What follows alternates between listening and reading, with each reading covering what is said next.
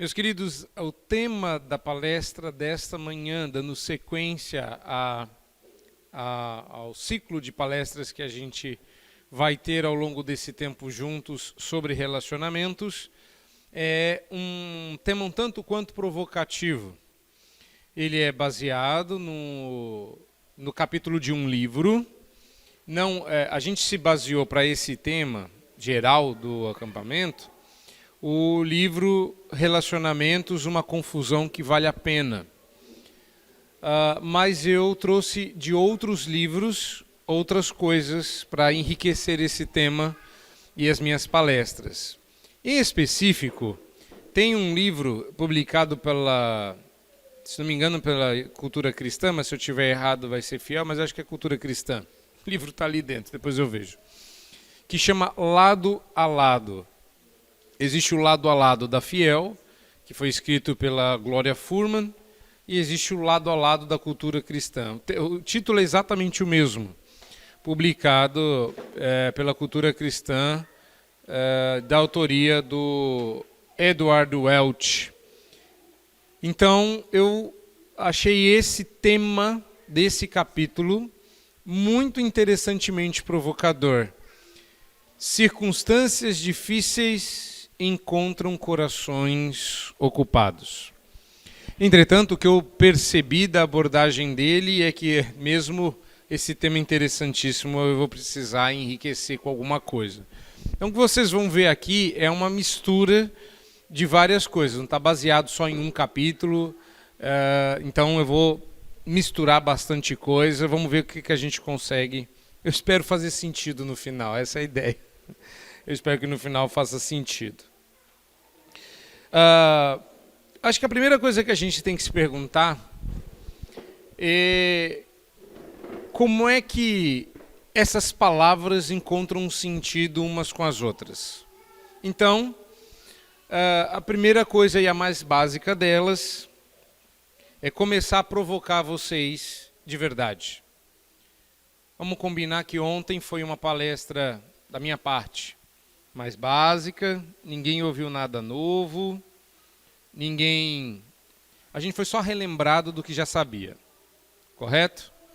Foi bom porque a gente encaixou algumas coisas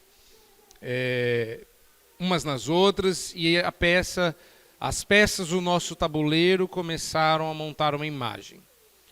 A partir de hoje eu quero fazer um movimento diferente. A gente está se mexendo agora rumo à esperança e da esperança para a prática. Tá? Eu penso que o nosso coração funciona basicamente com 3 afetos principais. Quem disse isso para mim foi o apóstolo Paulo. Ele disse que, lá em 1 Coríntios, que no final do dia a gente tem um resumo: fé, esperança e amor. O apóstolo Paulo disse isso.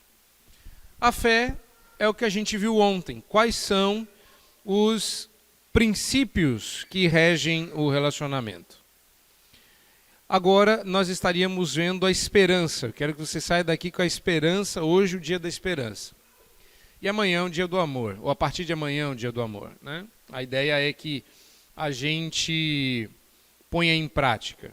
Então, se você parar para pensar, a gente pode colocar dividido dessas 3 formas. Fé, ou seja, estou simplificando bastante, tá? Mas eu diria que fé compreende tudo aquilo que você deve crer e tudo aquilo que dirige em termos de princípios qualquer coisa na sua vida. Qualquer coisa. A nossa vida é pística, de pistis, fé em grego. A gente está muito envenenado por causa do nosso mundo, acreditando que tudo que a gente faz é com base na ciência e nas evidências. Se você é um cristão e você é um evidencialista, ou seja, você é uma pessoa que só acredita nas coisas e só faz as coisas com base em evidência, se você é um cristão desse tipo, você está errado. Errado. É claro que você pode tentar apelar para o apóstolo Tiago e dizer que a fé sem evidências é morta. E você está interpretando Tiago errado, mas tudo bem. Mas você pode apelar para Tiago. Só não se esqueça que Tiago e Paulo não estão de lados opostos do espectro. Eles trabalham na mesma margem do rio. Não é disso que eu estou falando. Eu estou falando que nem tudo que a gente faz é realmente baseado em evidência. Boa parte do que a gente faz, parte significativa disso, é feita com base em pressupostos. É por isso que ontem eu comecei com os princípios básicos ou pressupostos que você deve abrigar sobre relacionamentos. Muito mais do que as evidências, os pressupostos governam a sua vida. Isso é fé. São certezas de coisas que a gente não tem evidência. É certeza de fatos que se não vêm. Depois, você precisa de uma boa motivação para fazer o que você está fazendo. Dizem que todo bom crime precisa ter uma arma, o culpado, alguém para você desconfiar e uma motivação. Você pode ver que nos filmes de mistério policial, às vezes o drama não é achar o suspeito, é achar o motivo. Motivação. E é uma coisa curiosa, né? As pessoas às vezes vão à igreja, mas não sabem por quê. O motivo delas é porque isso é feito desde 1977. E elas acham que isso é um bom motivo. Tem outros que vão e não tem motivo. Por que você veio na igreja? Boa pergunta. Eu, quando fui... meu primeiro ministério, eu ia dizer quando eu fui pastor, mas eu ainda sou. Quando eu comecei meu ministério, a gente tinha um grupo de mulheres que davam aula para as crianças e elas faziam perguntas que eu não achava boa. Como conselheiro bíblico, uma das artes que a gente tem que dominar é a maiêutica, a arte de fazer perguntas, que inclusive a gente vai terminar hoje com um exemplo prático do Senhor Jesus, fazendo boas perguntas. E uma das perguntas que elas faziam era muito ruim. Na tentativa de despertar moralmente as crianças para a importância de estar na igreja, elas perguntavam se elas não queriam estar lá, ou por que elas estavam lá. E um dia uma criança resolveu cometer o crime de ser sincera. E ela perguntou assim, por que você está na igreja então? E a resposta foi, porque meu pai me trouxe. Mas por que você não queria estar aqui? E a resposta foi, não, eu não queria estar aqui. A motivação dela estava errada. A questão é, como é que você faz para mudar a motivação de alguém? A área que muda motivos é a esperança. A esperança move você. Mas ela move para onde? Ela move para a terceira área do seu coração. O amor. O amor faz com que você faça. Você entendeu? Eu parei a frase aqui porque é aqui que tem que parar. O amor faz com que você faça. O amor não é a motivação, ele é o combustível. O amor movimenta você. As coisas pelas quais você faz por amor. Você faz porque você ama. Às vezes, amor ao próximo, às vezes, amor a si mesmo. Você não tem amor próprio, não? Dizem os ímpios. Você tem que se amar. Dizem os ímpios. Às vezes o ímpio está fantasiado de pastor falando para uma igreja no culto. Como recentemente aconteceu numa dessas redes sociais que alguém me mandou um corte de um pastor que estava terminando o seu sermão. Parece que até ali ele tinha ido bem, porque ele mudou de assunto e meio que desmentiu a mensagem no final e disse: bom, gente, levando em consideração tudo que eu falei, não esquece desse ponto. Você tem que se amar, você tem que se cuidar. E uma das coisas que se dá conselho, principalmente em rede social, é evite pessoas que te façam mal. Evite pessoas que te ponham para baixo. Evite pessoas que façam isso, isso, aquilo. Evite pessoas que te façam mal. Você já ouviu esse conselho? Você já obedeceu? Não é para levantar a mão. Você já obedeceu esse conselho? Porque eu queria dizer para você que se você anda ouvindo esse tipo de conselho na prática, já seria o segundo erro no mesmo dia. E hoje é domingo, segundo a confissão de fé, qualquer pecado nesse dia é vezes 2. Eu não caminharia aí para... Você sabe qual é o problema de ouvir um conselho do tipo: não se aproxime ou evite, afaste pessoas que te tragam problemas? Você sabe qual é o problema desse conselho? Não haveria igreja. Não haveria igreja. Porque quando as pessoas te trazem problemas, é ruim para você. Mas você também é uma pessoa que traz problema para os outros. E na igreja, nós somos uma reunião de gente problemática. Imagine se um médico, dentro de um hospital, ouvisse o conselho da sua rede social: não se aproxime de gente com problemas. Num hospital. Imagine se um pastor, e tem muito pastor que faz isso, que ouve esse tipo de conselho. Ele não gosta de gente com problema. Você gosta de gente com problema? Eu não gosto. Problema é ruim. Eu também não gosto. Ninguém gosta de passar por problemas, ninguém gosta de tratar de problemas. Mas você pensou se o pastor ouvisse esse tipo de conselho? Eu não sei vocês, mas eu mandaria para um psicólogo. Porque é mais fácil terceirizar. Tem alguém que é pago, ele não faz isso por prazer. Ele é pago para resolver problemas. Só tem uma pessoa que encara problema e não é pago para isso, porque ele é pago por outros motivos. O pastor, o cristão, você.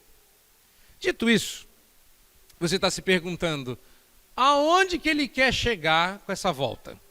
Porque o que está escrito no slide não tem nada a ver com o que ele está falando. Ele começou uma palestra sobre circunstâncias difíceis encontram corações ocupados. E o slide dele diz que nossas emoções vêm do coração. Aonde que ele quer chegar com isso? Pois é. Guarde no coração essas 3 visões, porque, inclusive, esse é todo o problema. Você não sabe o que é coração. É possível. Talvez você saiba. Talvez não. Mas a gente vai começar com o básico. Você aprendeu a anatomia errado.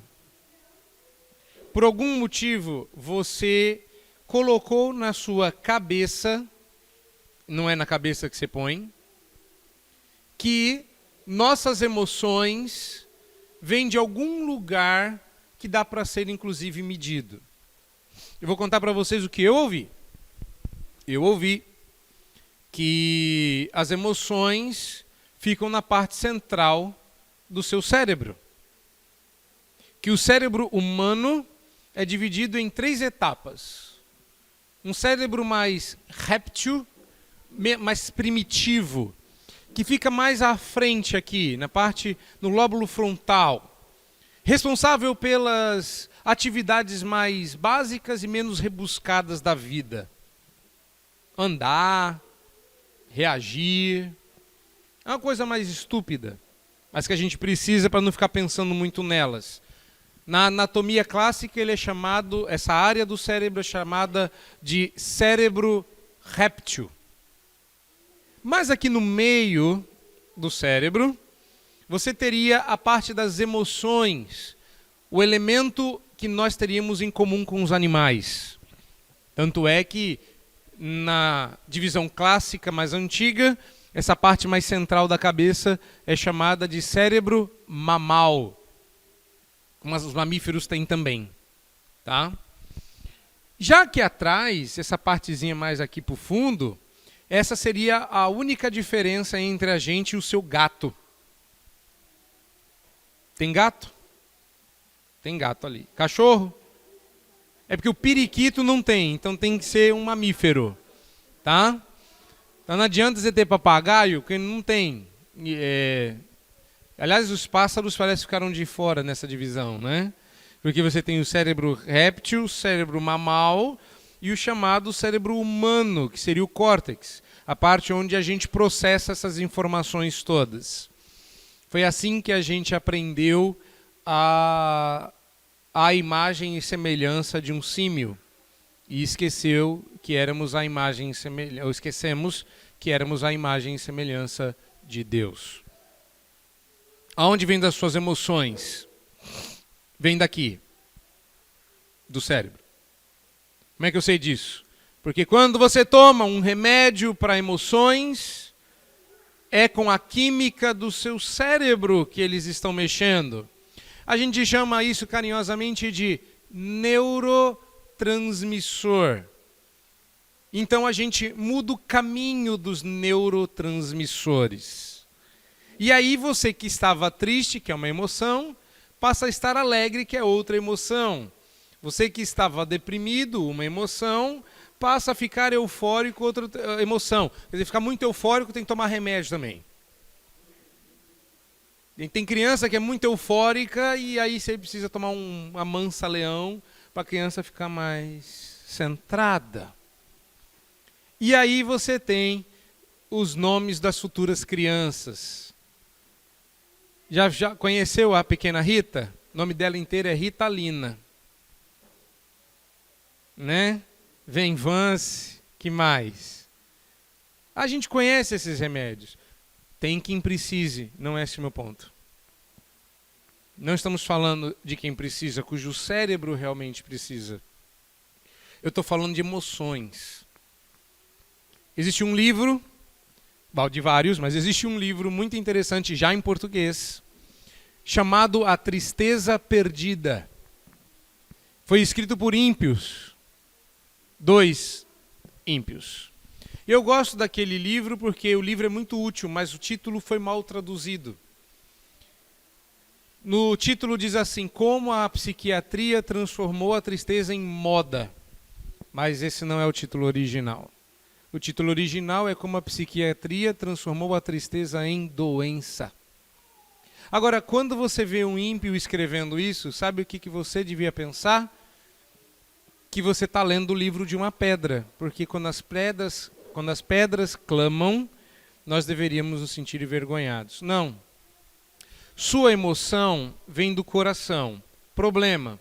Nós não sabemos, é sério, nós não sabemos o que são emoções e nós não sabemos o que é o coração. Muito prazer, eu vim dizer hoje para vocês o que são emoções e o que é o coração. Porque circunstâncias difíceis vão encontrar corações ocupados, cheios de emoções. A primeira coisa é começar a se perguntar se você de fato tem um coração emocionado. E tem gente que diz que não, eu acho isso um barato. Deixa eu explicar. Certa feita, o reverendo Vadislau tem muitos problemas de saúde, estava esperando na entrada do consultório, e entrada de consultório, principalmente de idoso, troca de figurinha, né? Que doença você tem para eu pegar também. E aí eles começam a trocar figurinha. E aí eles estavam conversando, você ri, né? Você vai chegar lá, se Deus quiser. Aí um dia ele estava sentado lá, aí a senhora virou para ele e falou assim, sabe o que é? É que eu sou cardíaca. Aí ele olhou e falou assim, eu também. Aí ela falou, você tem problema no coração? Eu falei, não, Deus me livre. Ué, mas você falou que você é cardíaco? Eu falei, porque o oposto disso seria eu ser hidráulico. Quem não é cardíaco? Levanta a mão. Quem é que não funciona com base no coração? Quem é hidráulico aqui? Quem é mecânico? Quem não é cardíaco? O problema, aonde que o reverendo Vadislau queria chegar é, os nossos problemas são todos comuns ao coração. A questão é, você não sabe para que serve o coração. E você não sabe para que serve a sua emoção. Eu simplifiquei uma palestra mais longa e mais técnica que eu dei num congresso de psicopatologia recentemente. E uma das coisas que eu tento ensinar às pessoas é que a razão, entenda, essa palestra pode parecer que não tem nada a ver com o tema, a razão pela qual nossos relacionamentos não dão certo, muitas vezes, é porque você não entendeu as suas emoções e você não entendeu o seu coração. O problema é que quando eu falo isso, é possível que você esteja entendendo o oposto do que eu quero dizer. É sério, é igual inglês. Eu abandonei essa disciplina no JMC porque eu não sei ensinar línguas. O negócio é ensinar aconselhamento. Saber falar inglês não é a mesma coisa que saber ensinar inglês, aprende essa. Mas eu tenho uma máxima. Quem sabe falar inglês aqui? Isso, eu tenho uma máxima para vocês que não sabem, tá? Não se atrevam. Porque eu tenho uma regra. A regra é, quando você fala inglês, você corre o risco de falar certo a palavra errada, falando errado a palavra certa. Você entendeu? Vamos de novo.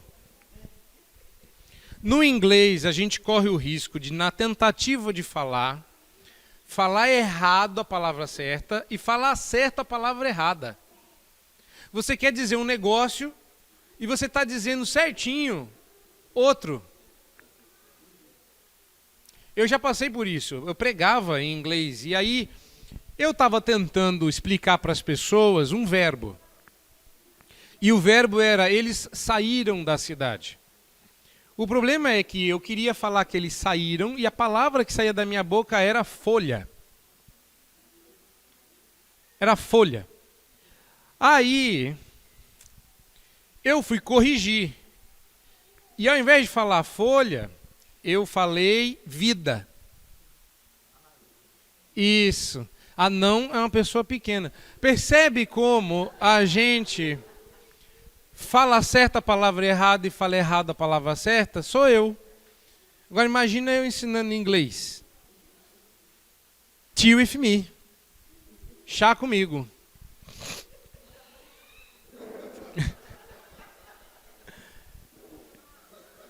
Corremos o risco, e eu estou dizendo isso agora numa área muito mais séria, porque no inglês fica engraçado, a gente conseguia, quem sabe inglês sabe que eu queria falar live, falava live, no final eu falava live, e no final eu queria falar love. E você não entendeu nada? Prazer. Isso é inglês. A mesma coisa acontece aqui. É possível que eu queira falar uma coisa, você entenda outra, e por causa do nosso mundo, você esteja entendendo errado a palavra certa. E esteja entendendo certo a palavra errada. Parece que não, mas vamos começar com o básico. Se as emoções procedem do coração, a pergunta básica antes de saber o que são emoções é saber o que é coração. E o problema é que você aprendeu, como eu, que não existe qualquer novidade em dizer que emoções saem do coração.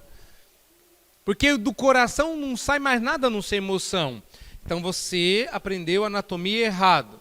Razão vem do cérebro, emoções vêm do coração e sabe de lá de onde saem as atitudes. Quem aprendeu assim? Razão no cérebro. Eu sou uma pessoa mais racional, mais cerebral. E uma pessoa mais emotiva é uma pessoa todo coração. Ai, fulano tem um coração tão grande, né? É um problema cardíaco sério, coração grande, viu?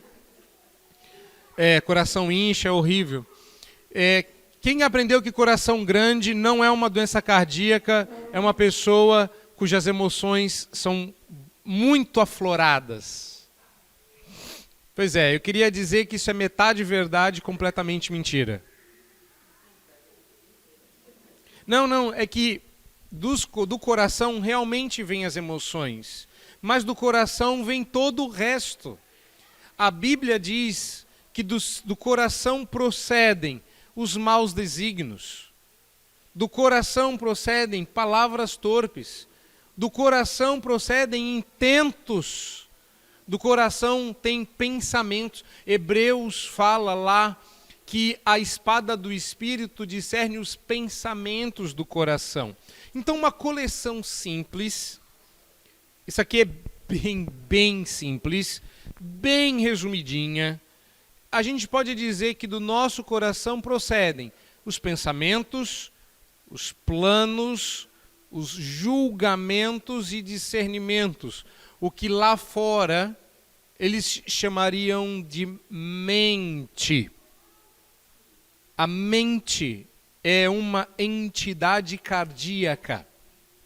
A sua mente brota do seu coração. Do coração, as Escrituras também dizem que nascem as suas escolhas, tá faltando um S aqui, e as suas ações. O que lá fora, quando eu digo lá fora, é fora da igreja, fora do reino de Deus. O que lá fora eles chamariam de vontade. Ah, mas eu aprendi que é assim que divide. Não tem essa divisão. Tudo isso procede do coração. Tudo isso. Terceiro, do coração procedem seus desejos ou anelos, suas repugnâncias, aquilo que você detesta e aquilo que você ama, a sua imaginação e sentimentos, que a gente chamaria de afeições. Mais do que isso, do coração procedem o seu senso de certo e errado, a sua moralidade, que aprova ou condena seus pensamentos, sua vontade e suas afeições. O que lá fora eles chamariam de consciência. E também do coração procede tudo isso. Tudo isso o quê? Provérbios 4, 24. Vamos lá? Qualquer conselheiro bíblico sabe de cor, não é esse, é o 4:23, perdão. Qualquer conselheiro bíblico sabe de cor esse verso. E eu diria que qualquer crente também devia saber. Se você ainda não sabe, eu vou dar uma lição de casa para você. Crente tem que saber 3 textos de cor.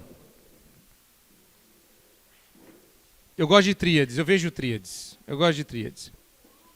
Crente tem que saber 3 textos de cor. João 3,16. Salmo 23. E Provérbios 4, 23. Gabriel,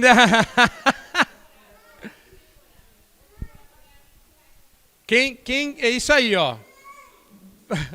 Tá valorizando. Quem decorar ganha R$20 no leilão. Tem que saber de cor. Sobre tudo o que se deve guardar, guarda o coração. Razão, porque dele procedem tudo. Ó, vou parafrasear, você tem que estar olhando para a Bíblia aí. Agora, leia esse verso comigo.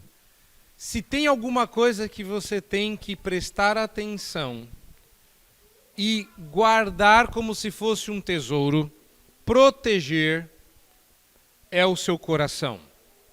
E eu vou te dar um bom motivo para isso. Tudo o que prova que você está vivo sai do coração. Se pensar prova que você está vivo, vem do coração.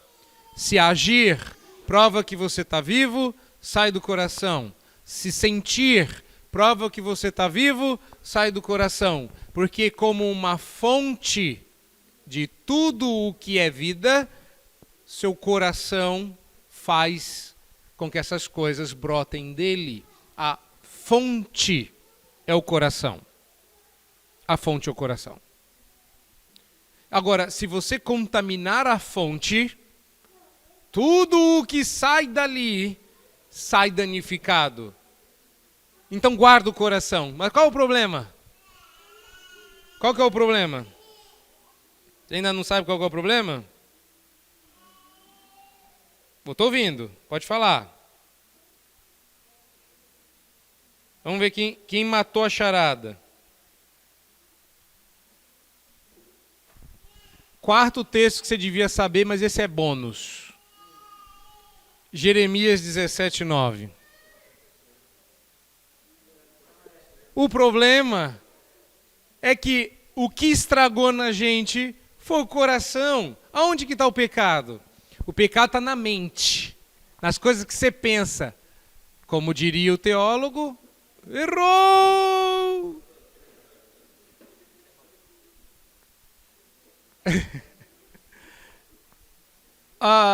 Você pensa errado, você sente errado, você faz errado, porque o que está errado em você não são os seus pensamentos, não são os seus sentimentos, é o seu coração. Como é que o irmão falou que o coração é traiçoeiro? Eu acho que Jeremias é mais gráfico. Jeremias diz que o seu coração é desesperadamente corrupto. Traiçoeiro ele diz depois. Diz que ele é enganoso, mas ele não é traiçoeiro, ele nem é enganoso. Ele é enganoso mais do que todas as coisas. O pior enganador que você conhece chama-se seu coração. Você já deve ter lidado com gente falsa na sua vida. Seu coração é pior, 10 vezes. Porque ele é tão falso, mas tão falso, que ele faz você achar que você não é tão falso quanto a pessoa que você lidou. Dói, né? É ruim, né? Pra que você veio pra cá?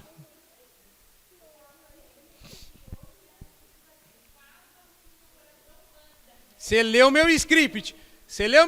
Que era a próxima coisa que eu ia falar. Pois é, você percebeu o problema? Se o coração é enganoso e manda a gente seguir o coração, onde que a gente vai parar? E que o plano dele é excelente, é tudo errado. Eu tenho um apelido pro coração, viu, meus irmãos? Coração enganoso, que propõe pra gente planos. O novo apelido do meu coração é Waze.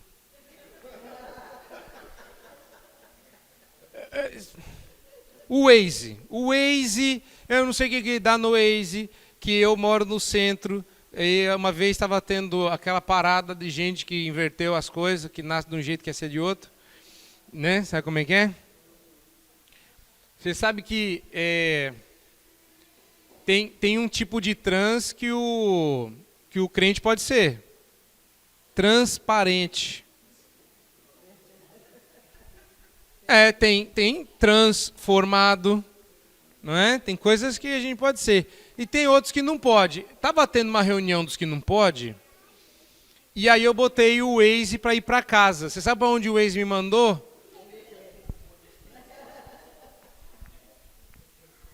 Pois é. Ele me transtornou.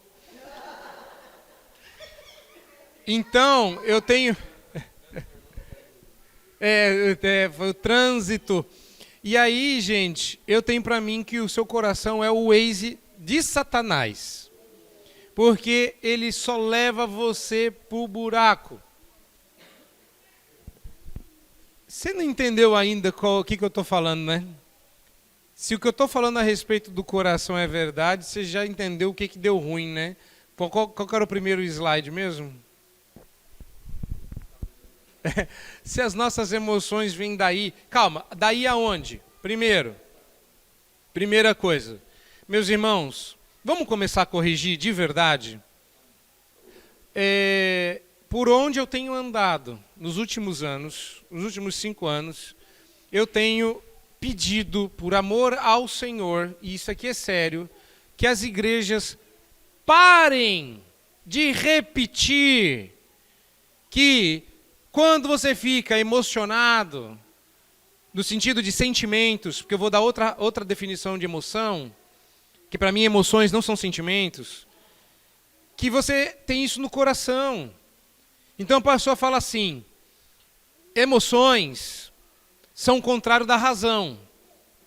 Então às vezes você pensa com a sua cabeça e sente com o seu coração.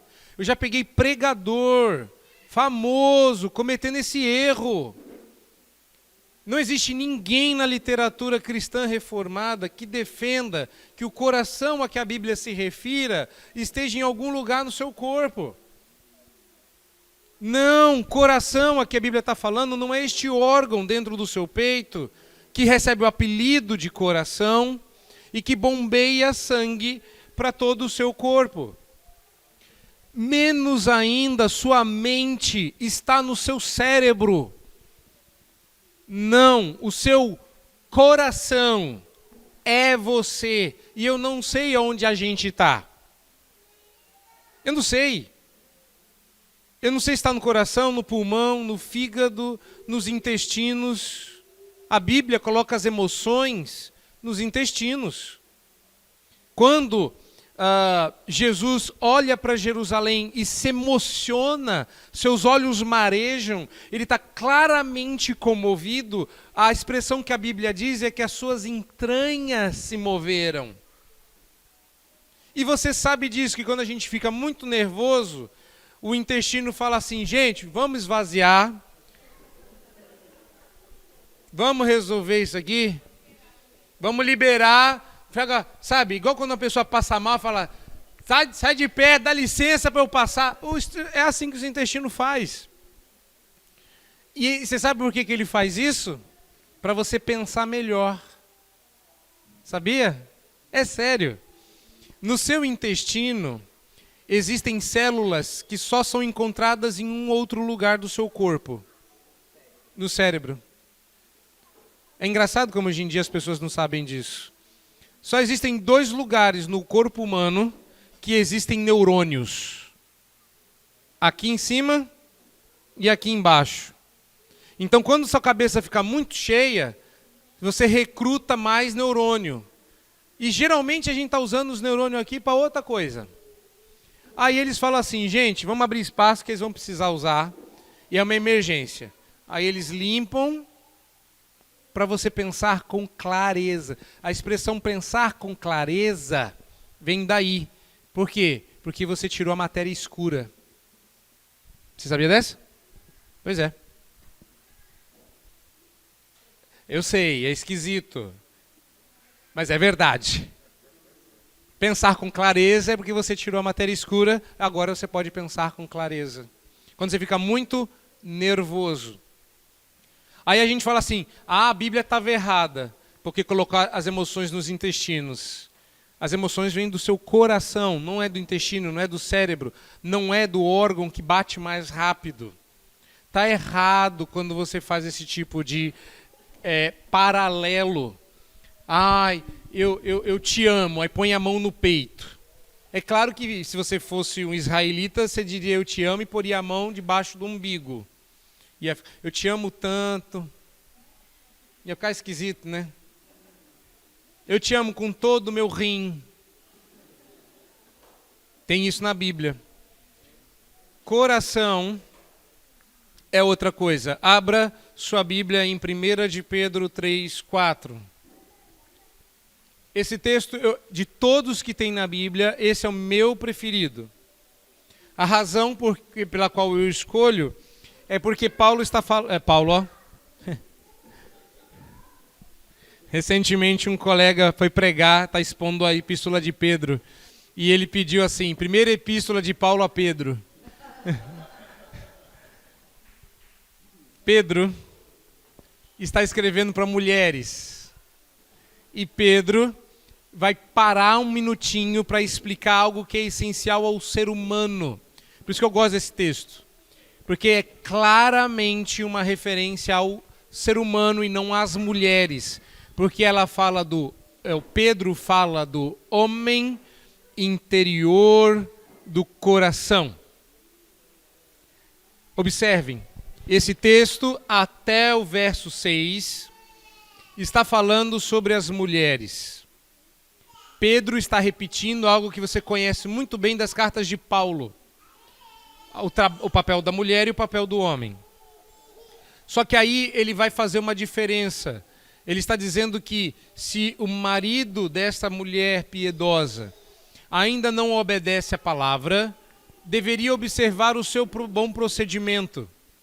E o que Pedro está dizendo, olha para o texto, que eu estou vendo desde o começo aí, é que o bom procedimento de uma mulher vem do coração. E aí ele define coração. Que o espírito manso e tranquilo brota do interior do coração, do homem interior, do ser interior. É isso que, em resumo, Pedro está dizendo. E isso dá a nós uma definição de coração. Coração é o ser interior. É quem você é de verdade, é onde está a sua alma.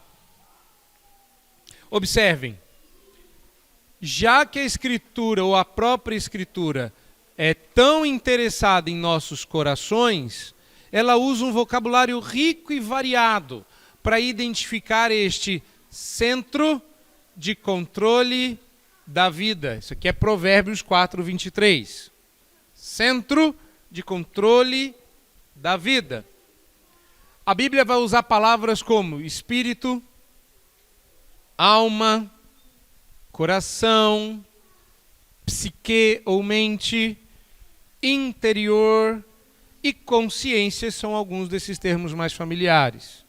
Então está errado aquela postura de dividir o ser humano em 3 pedaços, como se ele fosse um bolo de aniversário. Um pedaço para você, um pedaço para ele e um pedaço para aquele. A minha pergunta é a mesma que eu faço em qualquer aniversário. Para quem vai o primeiro pedaço? Olha o primeiro pedaço, já dizia aquele cântico espiritual. Olha o primeiro pedaço. Porque para quem vai a alma? Para quem vai o corpo? E para quem vai o espírito? Geralmente é assim que a gente divide. O problema é que Jesus divide a gente em 4 e Hebreus em 2. E a gente já não sabe mais como é que o homem é dividido. E falando sério, ainda que em forma mais brincalhona, eu tenho defendido que não é bom dividir o homem, porque toda vez que alguém divide o homem, ele morre. Você nunca viu metade de uma pessoa andando por aí. Obrigado. Faz sentido. Ele disse que faz sentido. Eu ouvi um amém? Faz sentido? Porque se você for partido ao meio, não vai ter metade de você. Você terá morrido. A gente sabe disso porque o reverendo Jack, o estripador, já tentou, não deu certo. Tá vendo? Eu falo de maneira engraçada, as pessoas riem. Eu tô falando de um negócio sério. Jack Estripador partia as pessoas no meio. E ao invés das pessoas ficarem metade andando por aí. E é por isso, olha o tanto de coisa que eu estou amarrando nesse galho. Vocês estão prestando atenção? Vai parecer uma árvore de Natal esse estudo. Presta atenção, eu estou dizendo que se metade das pessoas não andam por aí, você não pode sair caçando sua cara metade. Não somos 2 metades da laranja, 2 amantes, 2 irmãos. Pare de cantar esse tipo de cântico espiritual. Então vou conversar com o reverendo Ageu para tirar essa música do cancioneiro. Parece brincadeira, parece que eu estou brincando, né? Tô não. Porque eu estou falando de relacionamento. Pessoas que são metade da laranja, caçando a outra metade da laranja para fazer um relacionamento, estão mortas. Porque só tem metade. Você não vai para o mercado e fala assim, dá metade da laranja. Você leva a laranja inteira. Você não é, eu achei minha cara metade. Mas que bicho feio você ficou, porque você é metade de um jeito, metade de outro.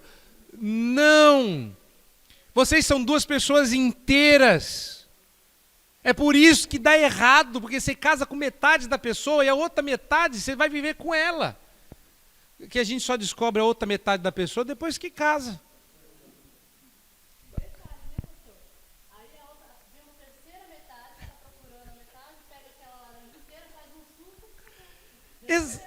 Exato. Aí você faz o suco não tem um gosto bom, porque ele é metade de uma coisa, metade de outra. E não fica abacaxi com hortelã, não fica laranja com acerola, entendeu? Fica laranjola, fica um negócio esquisito. Irmãos, parece que não, mas... Agora que a gente passou, vocês entenderam o meu ponto? Tudo começa com o entendimento correto da nossa antropologia bíblica. É básico, mas a gente erra nisso. O problema é que a gente está tentando completar o nosso ser com a metade do outro, mas o outro é inteiro. Ele te vende uma metade, mas ainda sobra uma metade. Deixa eu tentar ilustrar como eu tenho feito nos meus estudos de uma forma bem prática. Eu não sei se vocês sabem, mas eu e minha família moramos na África do Sul, no meu momento de estudos. E na África do Sul não tem o costume de fazer metade da pizza de um sabor e metade da pizza de outro sabor. A pizza meio a meio. Aqui no Brasil isso é muito comum. Mas eu não sabia disso, achava que o planeta inteiro dividia a pizza em 2 sabores. Então nós fomos a uma pizzaria, coisa rara de ter, porque as pizzas lá eram todas prontas, então a gente, para achar uma pizzaria boa, demorou, mas a gente foi. Aniversário de casamento, a gente estava com saudade de comer uma pizza boa, fomos em outra cidade, e estamos lá vivendo a vida. A gente sentou um restaurante bonito, aí veio o garçom, ele falou assim, o que vocês gostariam? Eu falei assim, eu quero metade da pizza desse sabor e metade desse sabor. Aí ele falou assim, deixa eu ver se eu entendi, você está pedindo 2 pizzas, uma desse sabor e uma desse. Eu falei, não, eu quero uma pizza só, mas eu quero 2 sabores. Ele falou assim, deixa eu ver se eu entendi. Você quer uma pizza, metade desse sabor, né? Você quer metade desse sabor, metade da pizza você quer desse sabor e a outra metade da pizza é desse sabor. Falei, acertou. Falei, o que eu vou fazer com as metades que sobrar?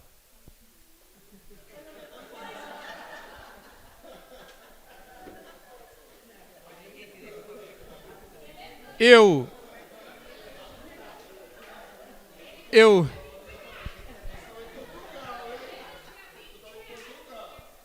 juro diante do Senhor que foi isso que aconteceu e a gente teve que decidir e ficamos murchinhos. Falei, quer saber?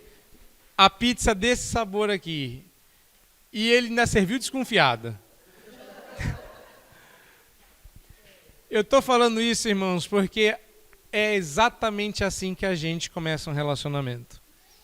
A gente quer só metade da pessoa. E a pessoa fica lá, o que eu faço com o restante que sobrar? Porque eu ainda sou outra metade. O problema é que como o meu garçom da África do Sul, ainda tem a outra metade lá que você não quis, mas que pertence. O que eu faço com o meu resto? Relacionamentos começam a dar errado assim, porque você não entende nada de antropologia bíblica. Se a gente entendesse, saberia que ou a gente leva a pizza inteira, ou a gente abre mão dos próprios desejos. É assim que começa. A pessoa com quem você está se relacionando não vai ser metade de um sabor, metade de outro. Casamento não é feito quando 2 metades da laranja se encontram e viram 2 amantes, 2 irmãos. Não. No cesto tem que caber a ameixa inteira, a laranja inteira, porque na hora de juntar vai sair um kiwi inteiro, né? Vai sair 3 kiwizinhos, entendeu? De vez em quando vai ter, e é assim que tem que ser. É assim que tem que ser.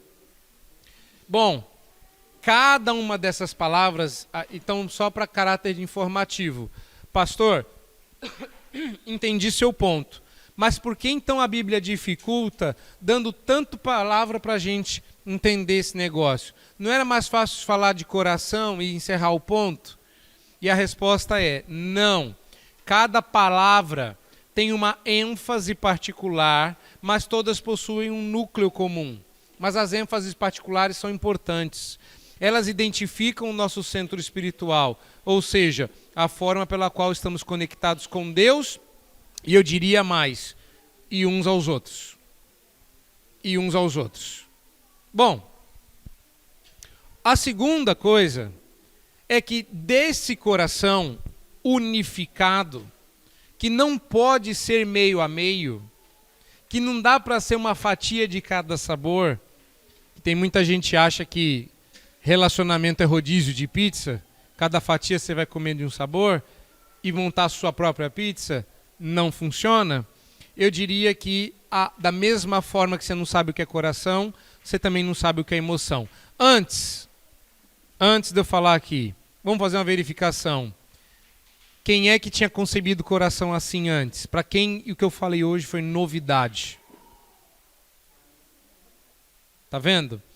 Se eu falo que do coração brotam as emoções, você não estava pensando a mesma coisa que coração quando eu comecei a palestra. Coração é o centro que unifica todas as palavras.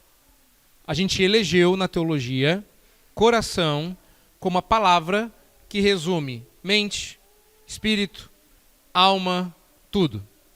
Tá bom? Tá claro isso? Eu vou dar mais um exemplo. Esse não é engraçado, é comovente, mas vou dar mais um exemplo para encerrar coração.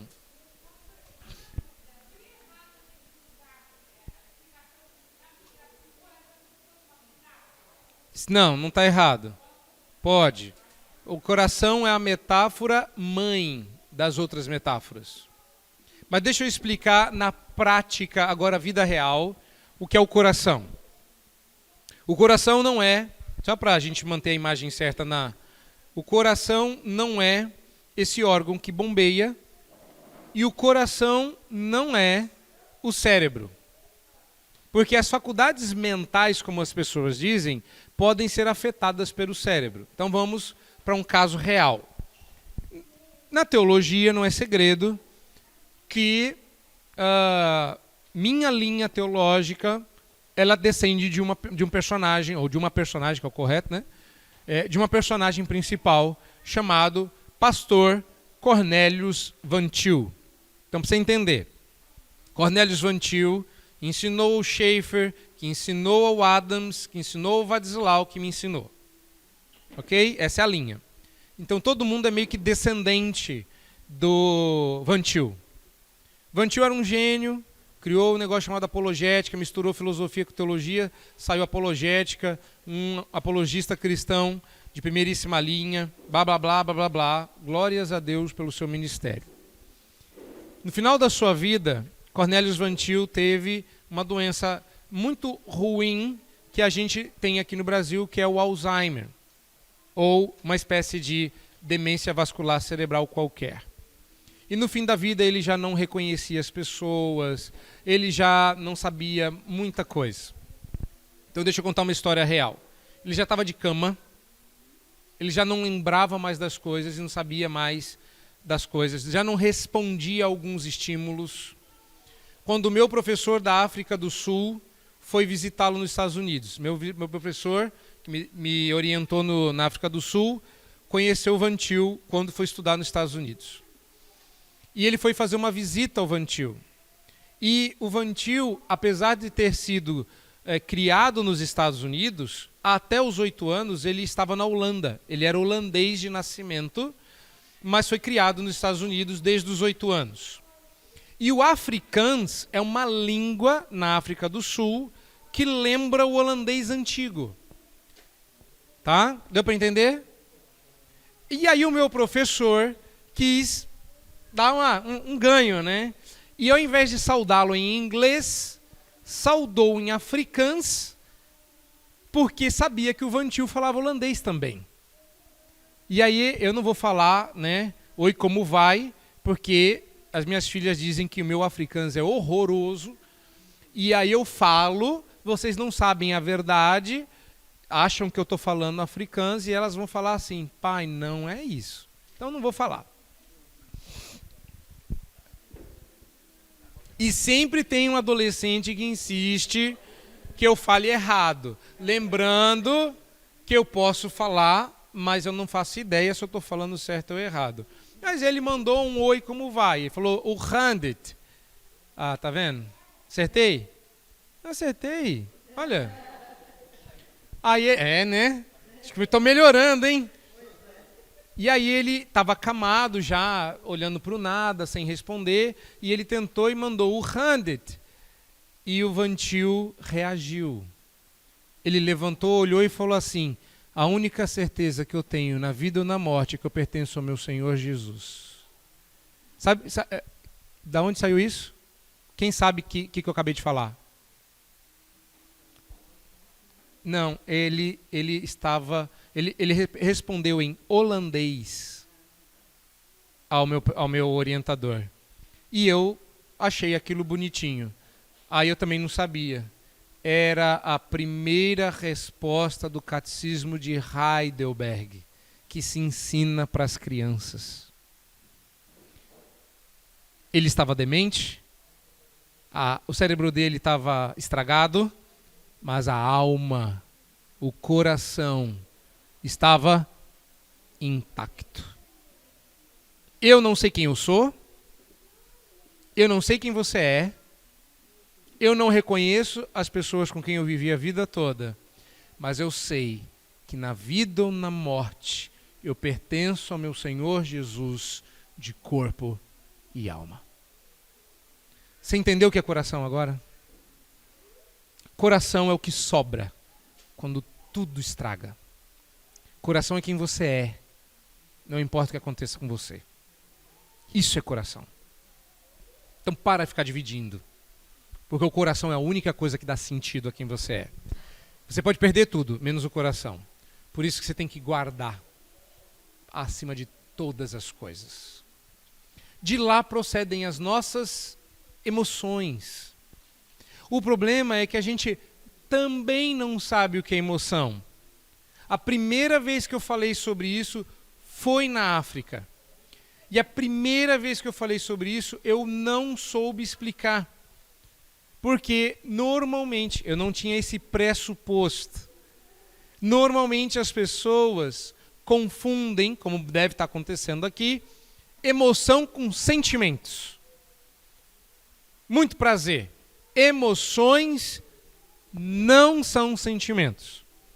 Vai ser difícil, porque essa é uma noção muito peculiar à minha abordagem de aconselhamento, mas eu acho ela extremamente clara e me ajuda na prática.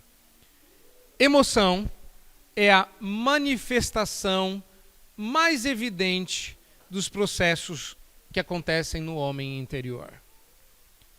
Eu vou explicar. Sentimento não é emoção. E eu não sei exatamente o que são sentimentos. Eu não estou preocupado com os seus sentimentos. Eu não quero ferir os seus sentimentos, é verdade. Mas as suas emoções não são feríveis. Emoção é uma palavra que significa literalmente em movimento. A palavra emoção significa em moção. Ah, mas isso é assim em português. Não.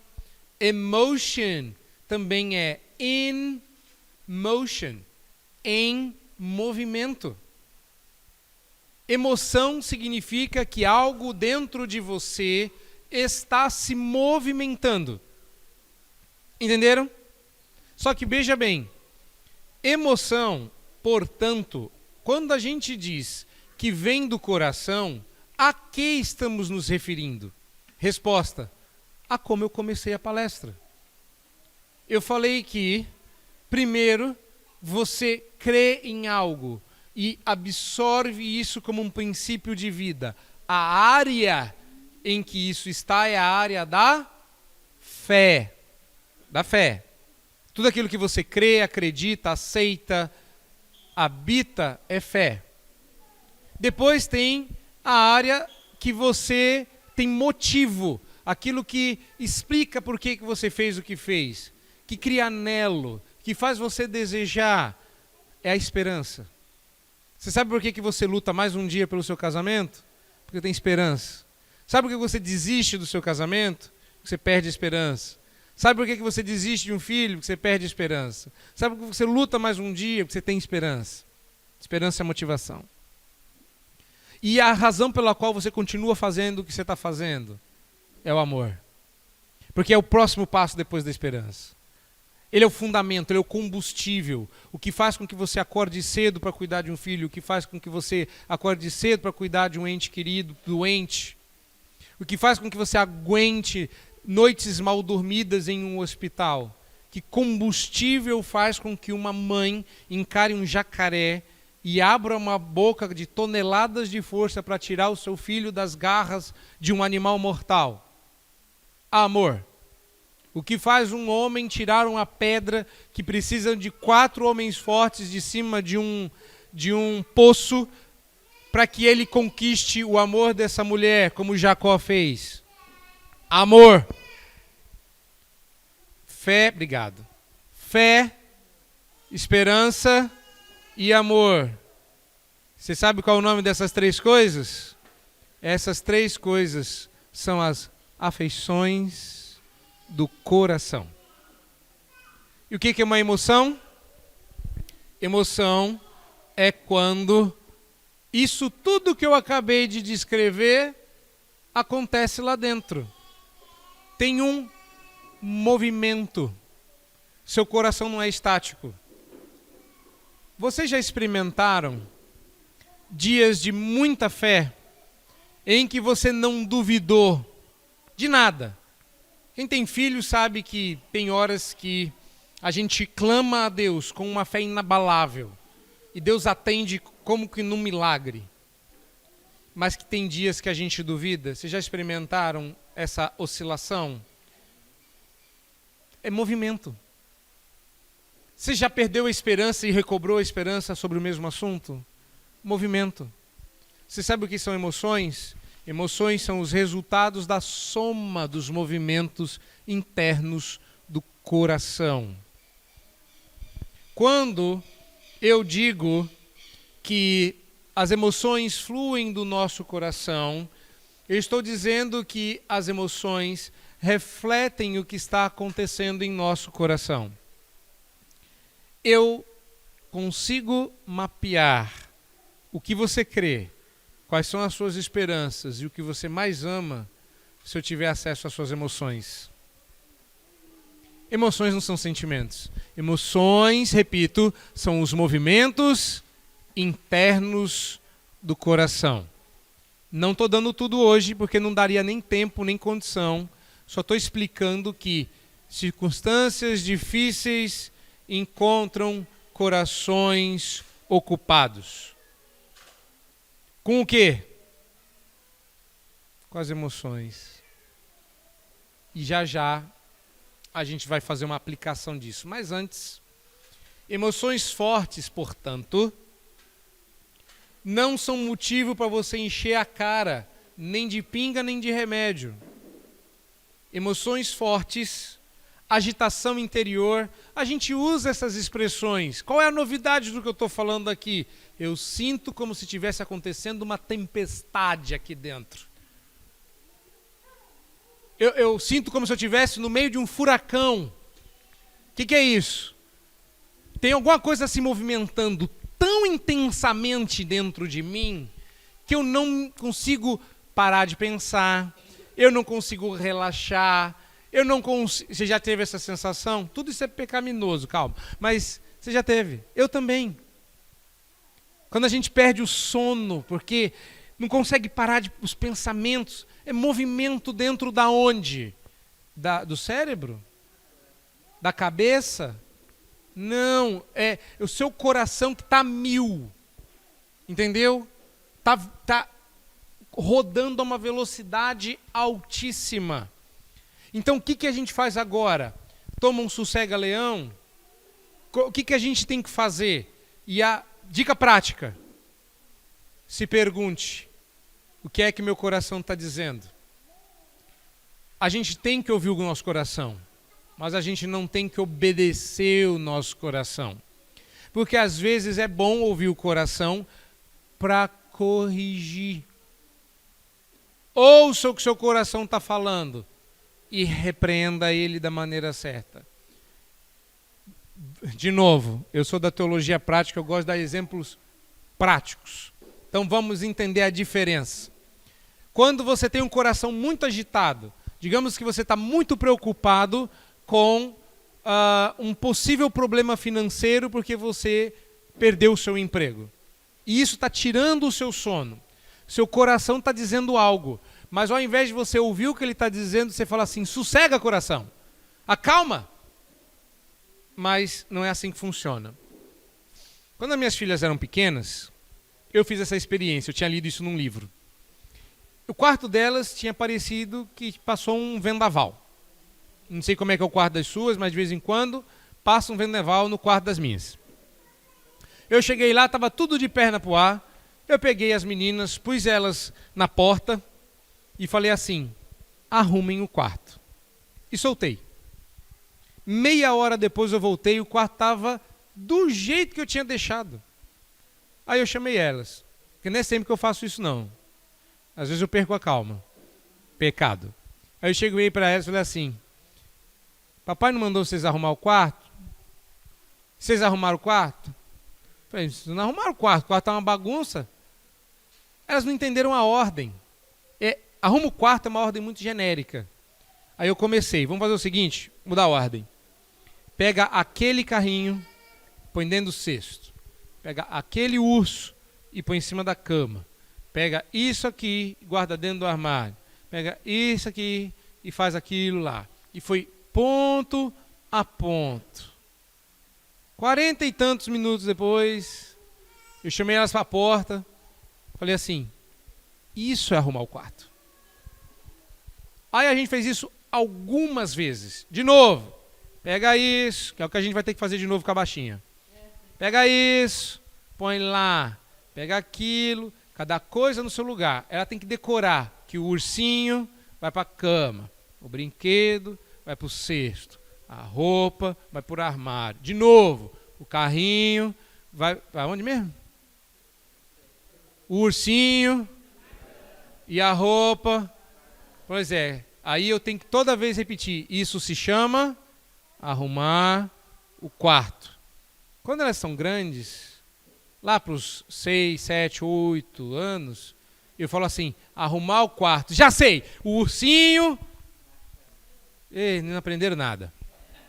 O ursinho, o carrinho, a roupa, o nome disso. Entenderam? Se você não ouviu o seu coração, você não sabe nem onde ele está pecando. E é normal, porque é assim que vocês vêm procurar ajuda. Pastor, eu não sei o que está acontecendo. Calma, vamos ouvir o seu coração. Ah, eu estou sem emprego, eu não consigo dormir, estou com insônia. Não. O que o seu coração está dizendo? Ele está dizendo que você duvida que Deus seja um pai amoroso que cuida de você como Ele cuida dos lírios. Observai os lírios. Não fiam, nem colhem, nem plantam, nem colhem, nem ajuntam os celeiros. Olha os pássaros dos céus. Olha, o que está dizendo? Eu vou cuidar de vocês melhor do que eu cuido deles. O que seu coração está dizendo? Eu estou ansioso em resolver um problema quando Deus está tomando conta desse problema. Então, ao invés de você dizer assim: acalme-se, você tem que fazer as perguntas certas e fazer como o salmista fez. Porque está batida dentro de mim, ó minha alma. Espera em Deus, e pois logo louvarei. Ou seja, ele ouviu o que ele estava passando e ministrou a palavra de Deus ao próprio coração. Nem sempre você vai conseguir fazer isso, por isso que você precisa de ajuda. Mas observe o que acontece lá em Lucas 24, 13 a 35. Eu gostaria que você mantivesse sua Bíblia aberta. Não dá para a gente ler tudo por uma questão de tempo. Mas observe o que está escrito lá. Você conhece essa história. Essa é uma história muito cheia de idas e vindas, mas é uma situação. Esses discípulos, eles estavam muito tristes. E eles resolveram ir para algum lugar, saíram de uma cidade para outra. E no meio do caminho eles entenderam que não era uma boa ideia e voltaram. Então eles estão voltando, estão indo de volta para Emaús. E está à noite. Uma situação difícil. Eles estão. É engraçado como até fisicamente a gente fica perdido quando a gente está emocionalmente perdido, né? Eles foram para um lado, foram para o outro, está tudo errado. Eles estão inconsoláveis que Jesus morreu. Essa é a história. Estão inconsoláveis. Jesus morreu, a vida não faz mais sentido. E aí estão subindo e chega uma terceira pessoa. E essa terceira pessoa pergunta, qual é a nova? Tá tudo ruim. Sabe quando você pergunta, e aí, como é que vai? Falou, pro brejo. Tá indo pro brejo. Porque normalmente a gente mente, né? Como é que vai? Tá tudo bem? Tudo, né? Tudo bem. Tudo é muita coisa, né? Tudo bem? Uau! Às vezes a gente se atrevida e fala assim, tem uma área da minha vida que está esquisita. Eu ando enfrentando uns medos que eu não estou conseguindo dominar. Eu ando lutando contra a ansiedade. E a gente já fica logo com medo disso pegar, né? Ah, tá, que ruim, né? Você já procurou o pastor? Vai que pega. Não, a gente não faz assim? Tá tudo bem, ótimo. Então dá um abraço aqui, vê se passa em mim. Né? A gente abraça com força, tudo bem, tudo ótimo. Vê se Deus passa para cá, tudo é muita coisa. Quando a pessoa fala assim, tudo, não sei. Não tá bom. O pastor Ageu tá passando, aproveita que ele acabou de passar, vai lá. É assim que a gente faz. Tá errado. É outra forma da gente, né? Que bom que você está sabendo lidar com isso. Beijo para você. Né? Passar bem. Que Deus abençoe. Deus é soberano, hein? Vai com Deus. Né? Só que esses dois resolveram abrir o coração para o estranho. E eles chegam, ficam bravos com ele. Eles perguntam, se fosse em português, eles diziam assim, você nasceu ontem? Você estava onde quando o maior evento dos últimos tempos, 3 pessoas foram crucificadas. Não é uma coisa que acontece toda terça. Tá? Crucificaram o Messias, Jesus. Não sei quem é Jesus. E onde você esteve nos últimos 3 anos? Como quem não sabe? Jesus era uma personalidade. Multidões seguiam ele. Ele fez barulho para o império. Quando alguém falava assim, Jesus morreu, de quê? Crucificaram ele. Uau, o que ele aprontou? Ele era famoso. Então, Jesus, que é a terceira pessoa, pergunta, qual é a nova? Fala, crucificação aí, né? De quem? Mas onde você estava? Não está sabendo? Não estou sabendo, explica para mim. E eles ficam bravos, eles rebatem Jesus. E aí Jesus fala assim, mas espera lá, mas não era para acontecer do jeito que aconteceu, não? E aí o coração deles começa a queimar. Quem já fez fisioterapia sabe que quando a gente começa a fazer muita massagem no mesmo lugar, aquece, né? Jesus começou a massagear o coração deles, fazer os movimentos irem para o lugar certo. Quando o olho abre, Jesus some. Cadê? Eu gosto desse texto porque eles estavam aflitos demais para ver.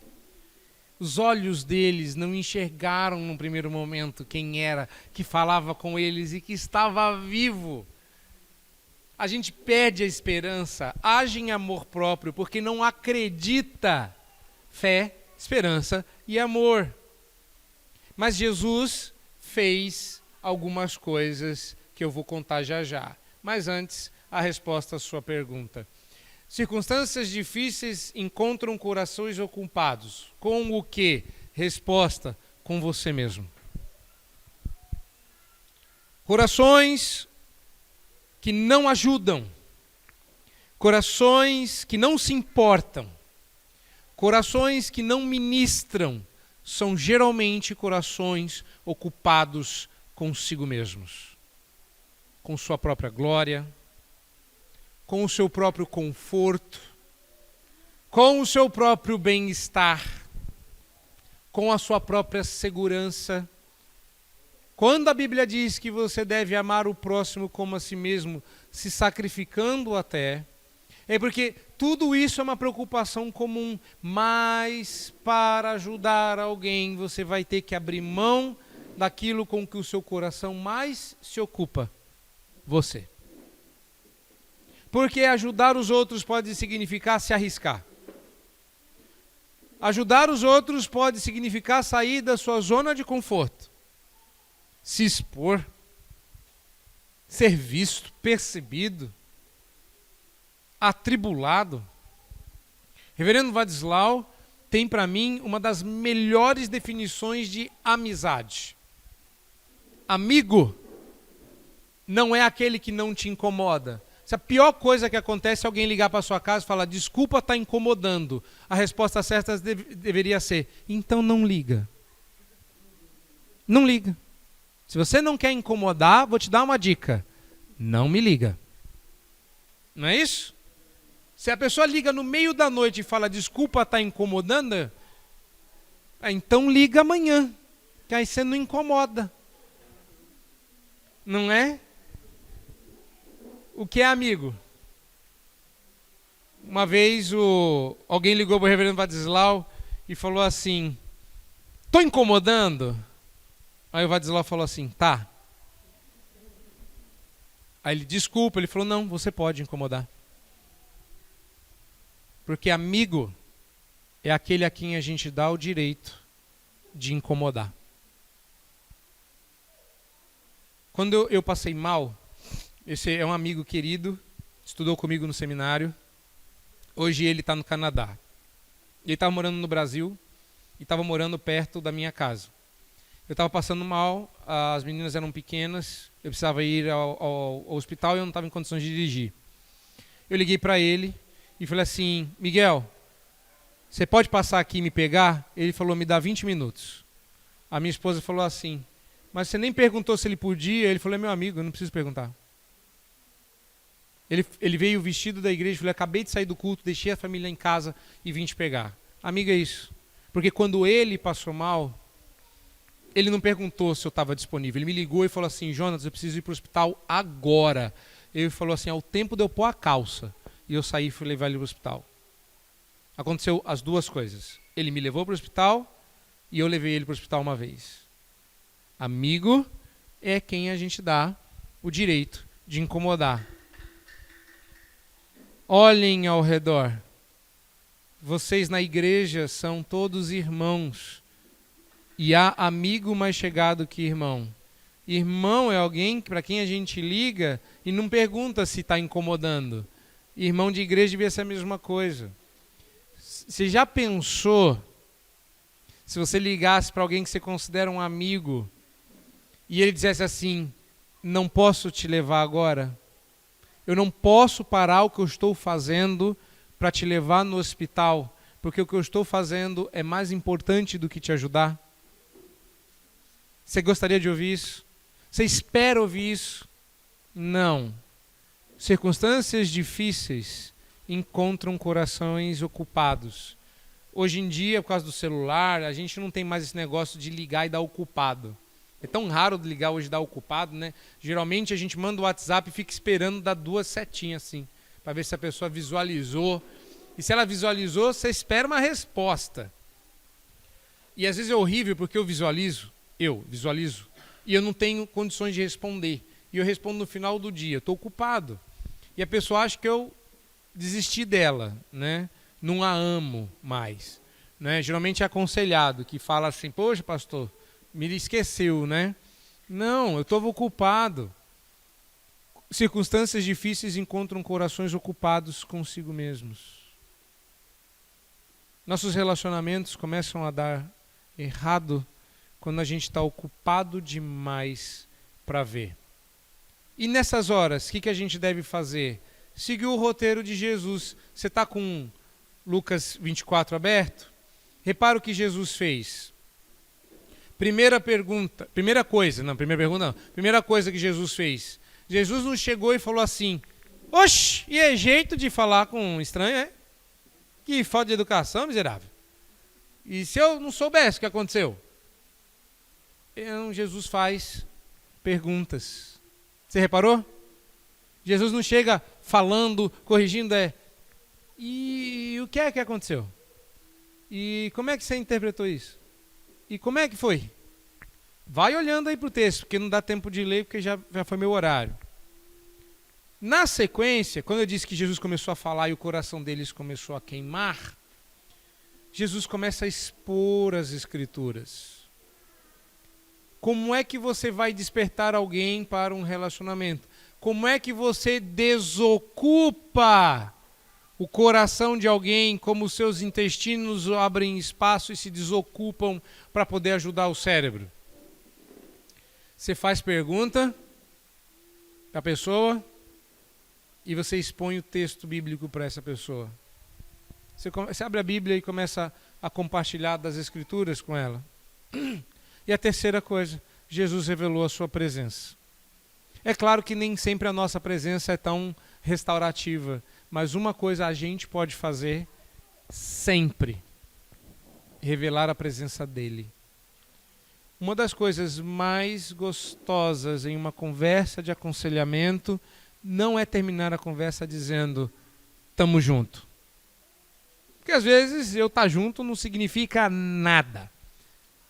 Minhas filhas, quando eram menores, achavam que era o máximo ter o pai por perto. Até o dia que a gente entrou num barco lá na África do Sul, fomos atravessar da costa até onde o Mandela ficou preso, e teve uma tempestade e a balsinha quase, a gente acha que quase morreu, mas eles estavam tranquilos lá, então parecia que a gente ia sobreviver.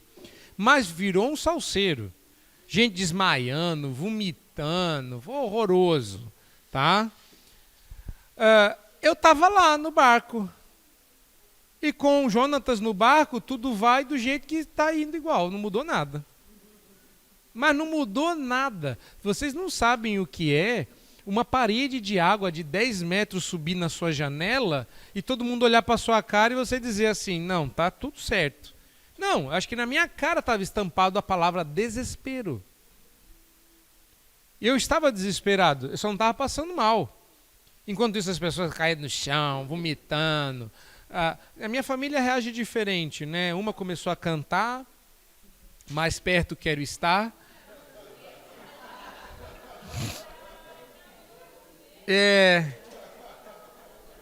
Eu virei para ela e falei assim: não, né? Tem ele exaltado, tem amigo de Deus, mais perto quero estar, não foi uma boa escolha.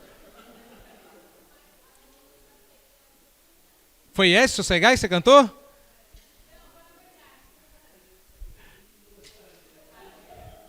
A outra dormiu, a mais velha dormiu, que ela falou assim: vou dormir, porque aí eu já chego no céu, acordo no céu. Dormiu, entendeu? A do meio foi passar mal com a tia lá fora. Foi uma loucura, tá certo, Sossegai foi uma boa escolha. Mais perto quer estar, é porque a piada fica melhor com mais perto quer estar. E foi o que cantaram no Titanic. Uma das coisas que eu gosto em aconselhamento, e é com isso que eu vou encerrar, é explicar para o meu aconselhado que mais do que a minha presença, ele pode contar com a presença dele. Eu me lembro em uma sessão de aconselhamento que eu falei assim: você não está mais só. E a pessoa começou a chorar. Ela achou que eu estava falando de mim. Aí eu falei assim: não, agora você conta com Jesus. Eu comecei a falar do Senhor Jesus, dizendo que ele estava ali na sala conosco e agora ela podia sair com ele. A pessoa foi parando de chorar e foi ficando dizendo uma cara esquisita, uma cara incomodada. E aí eu terminei, à medida que eu ia falando, a pessoa foi ficando esquisita. E eu falei, e ele está aqui agora. Ele está aqui conosco. A pessoa ficou oriçada, ela encolheu assim, falou assim, onde? Aí ela começou a olhar assim. Eu falei, não, ele é invisível, não adianta, você não vai ver. Eu falei, mas você falou que ele está aqui. Você sabe o que é isso? É o tipo da percepção que um ímpio tem à presença verdadeira do Senhor, que a gente esquece, que é real e que para nós é amigável. Para nós é amigável, ele de fato está. E a gente esquece disso. A gente não fala como se o Senhor estivesse aqui, a gente fala como se ele estivesse lá. Mas ele está aqui. E uma das coisas que Jesus faz não é gritar à distância dizendo, tamo junto. E alguém vai dizer, mas não está não, você está aí. E a gente acha que Deus está dizendo assim, tamo junto, você aí na terra ou aqui no céu. É igual você quando diz que está junto com a pessoa que diz que tem problema. Conte comigo, só não me ligue, não me peça minha ajuda, não me incomode. Qualquer dia a gente combina. Vamos combinar aí qualquer dia, né, de sair. Aquela pizza, hein, que nunca acontece. Não. Nós sempre poderemos revelar a presença do Senhor para as pessoas. E esquecer que enquanto a gente está brigando, Ele está lá junto, vendo a briga. E quando a gente está fazendo as pazes, Ele está lá junto, fazendo com que a paz dele exceda todo o entendimento. A gente esquece que corações ocupados, quando desocupam, deixam a luz de Cristo brilhar sobre a face do outro. Que o seu coração seja ocupado pela graça, ocupado pelo Espírito, ocupado pela presença do Senhor. Circunstâncias difíceis não precisam encontrar corações ocupados consigo mesmo, mas vão.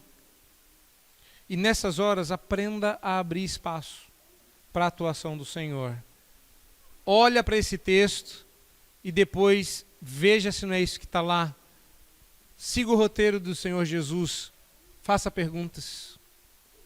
Exponha as Escrituras e revele a presença do Redentor. A gente vai resolver os problemas, vai começar a resolver os problemas. E eu espero que isso tenha começado a dar a você esperança. Que Deus nos abençoe em Cristo. Amém.